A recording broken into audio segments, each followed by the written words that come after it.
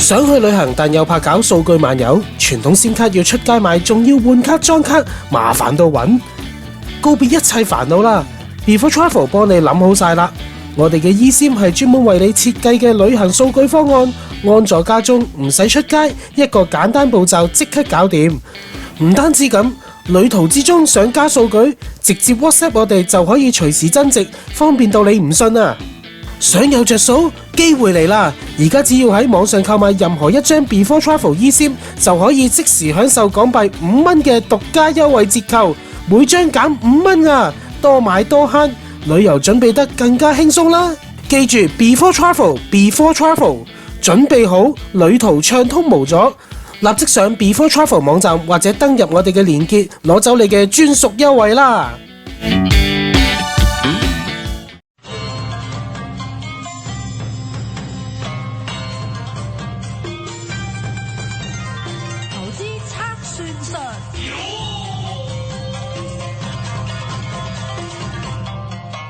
翻嚟啦，我哋66年金實之投資測算所咁啊，直播室咧繼續有 Johnny 啦，同阿林師傅喺度嘅。師傅你好，係 Johnny 你好，師傅啊，咁啊，而家咧已經係踏入第4季啦，中秋都過埋啦，係啦，好快咧又到冬季，咁啊去完冬季咧，出年又慢慢復甦啊，春天過年又嚟啦吓，咁啊而家咧大家就喺度盤算緊，甚至乎咧嗰啲出年嗰啲流年運程咧都已經出版晒噶咯，而家個時間真係即係我哋超前部署。超前部署係啦，食粽嘅時候就賣月餅，咁啊未食月餅啊已經開始部署嗰啲流年風水啊、生肖嗰啲嘢啦，啲人真係快啊！係咁啊嗱，今年咧吓咁啊，整體上面都覺得平平穩穩啦。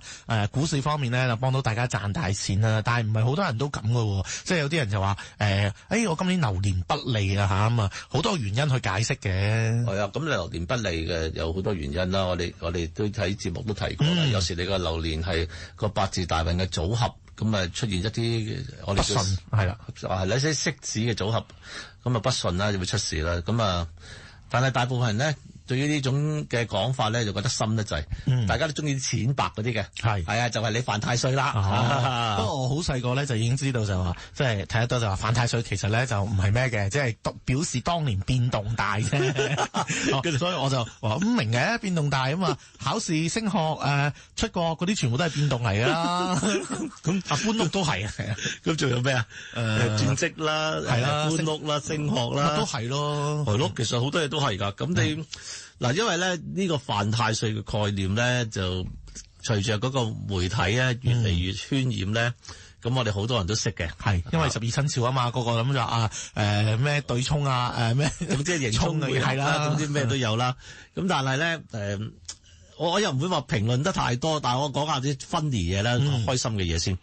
因為咧出年咧就丙午年咁啊，唔講呢個咩赤馬紅羊劫先啦，呢個仲犀利啦吓。咁啊丙午年咧就全部都係火嘅，係上丙咧就係太陽之火，午火咧就係個馬個火，都係好強嘅。咁真係有利，唔怪之啲人話九運行火運咧，買定啲科技股啊，連啲生物醫藥股都係啦。咁喺2024年即係九運前，啲人已經部署咗啦，應咗啦，仲咪賺大錢添啦。嗱，生物醫藥啦、晶片啦、科技啦，總之咧係翻啲虛擬嘅嘢，其實嗰啲都係呢幾年其實係賺咗好多錢嘅。我開頭咧唔信呢啲生物科技咧都係火啊嘛，跟住後尾咧我食咗幾次咧啲藥之後咧，西藥之後咧熱氣啊，醫生就你咁樣先信啊。所以咧就要即係話唔好食咁多，咪應該話係嗰啲西藥好散喺中醫嘅角度啊嚇，咁其實就係火嚟嘅，唔係，因為咧嗰個係個 chemical reaction 係啊，藥品咧係屬火嘅化學反應啊，係啦，咁啊仲有咧好神奇嘅，如果你岔開少少講啦，你見到醫務衛生署或者醫生嗰個協會兩條蛇咯，兩條蛇係喺八字裏邊咧係屬自火嘅，咁啊呢兩條蛇就似嗰個咩 chromosome 啦，就算西方嗰邊咧都係咁嘅，係啦，所以咧呢個好早期嘅時候咧有不謀而合咧就已經擺咗喺屬於火嘅東西度啦。咁所以大家出年可以放心，繼續買啲生物醫藥啊，同埋呢啲科技啊、芯片，繼續仲有運行係嘛？其實火咧咁屬於頭先講啦，Johnny 講咗啦，其實仲多一樣嘢嘅，係就係軍火。軍火都係啦，所以你見到武器啊，啲武器競爭好大啦，所以變咗啲軍火商亦都生意好好啦。擦槍走火會唔會啊？多數會擦槍走火會，因為火係嗱屬金嘅，即係嗰個元運咧，金係代表攻擊。咁啊，我都係攻擊你啫，但係你火係屬於大家攬炒嘅，有啲毀滅性嘅情況喺度嘅，所以比較係 serious 好多嘅。咁啊，你淨係而家呢個戰爭都比較頻繁咗啦嚇。咁我哋唔好講呢樣先，講翻丙午年先。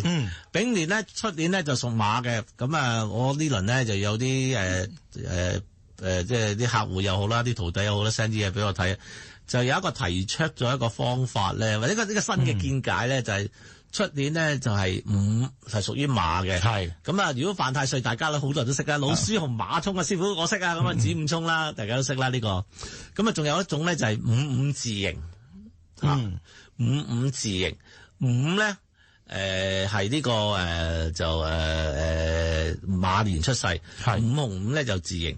咁咧有啲人咧就變咗咧子午衝、子卯午又刑，咁咧變咗雙重犯太歲啦。咁呢個新嘅概念嚟嘅，因為咧12年前嘅即係馬年咧就冇人提出雙重犯太歲嘅。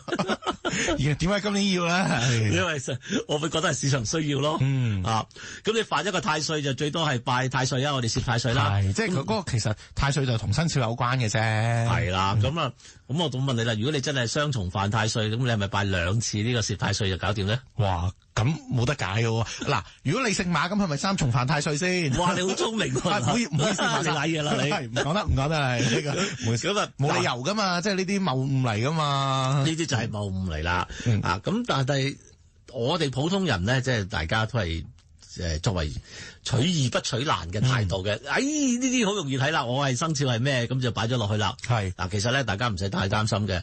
就算你話出年真係喺個形式上，你係喺術數上，你真係犯太歲咧，我建議你都係攝1次太歲好啦，唔使攝2次噶啦。係啊，我見到而家啲太歲廟好靚，即係香港又有香港嗰60個神像啦。跟住我嗰次咧就係喺過年時間翻咗去好似係就係西樵啊？廣州花都花都係啦。咁啊自己揸車入咗去嗰度都有個圓道觀嘅，咁啊都有嗰啲60個太歲像嘅，係都好宏偉嘅。好多地方都有，係啊，因為市場個需要大，需求大咗啦。如果你有翻上下年歲嘅人咧，我哋後生嘅時候咧就冇咁多提供攝太歲服務嘅地方嘅，係啊，但求心安啦。而家多咗嘅，咁我見你哋唔使有個擔心嘅，因為咧唔係淨係話你流年你嗰個生肖同嗰個當運嗰個太歲產生嗰個作用而影響你好大嘅，呢個係有影響，可話咧就非常之少啦。反為你個八字裏邊或者你盤數裏邊出現咗一啲特別嘅組合嘅時候咧，你先至有負面嘅影響嘅。嗱，正面影響就唔使計啦嚇，正面影響冇乜所謂啦。負面影響咗啦，係啦，負面影響先係大問題嘅。譬如話犯官非啦，譬如話身體有問題啦，譬如話輸錢啦，咁呢啲大家都會驚嘅。咁你反為着重嗰啲咯。但係呢一樣嘢咧，就令我諗到上個禮拜咧，我哋講個師傅即係話，其實有啲嘢就唔係犯太歲嗰年先至突然間出現嘅。有可能都係一啲潛藏嘅一啲引發到去到你犯太歲嗰年就爆發，係啦。咁咪嗰個部署咧，可能係幾年嘅。嗱，我有一個 case 係最好嘅，大家都記得喺1990幾年嘅時候，有一間好大嘅香港一間公司就俾另外一間中資機構收購咗。咁佢嗰啲老闆好好嘅，就發好多。嗰啲員工喺裏邊服務得越長久嗰啲咧，就越多錢嘅。係我大減嗰句咧，連阿嬸咧都有幾十萬。福利啊嘛，係啊，即係遣散佢嘅時候。咁我其中一個客戶咧就係當一個部門嘅經理。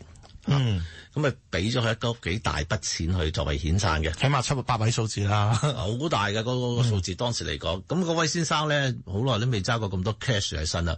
居然喺嗰個時候咧就買咗股票，買咗樓。就係嗰鋪咧個槓桿好大，先輸到破產。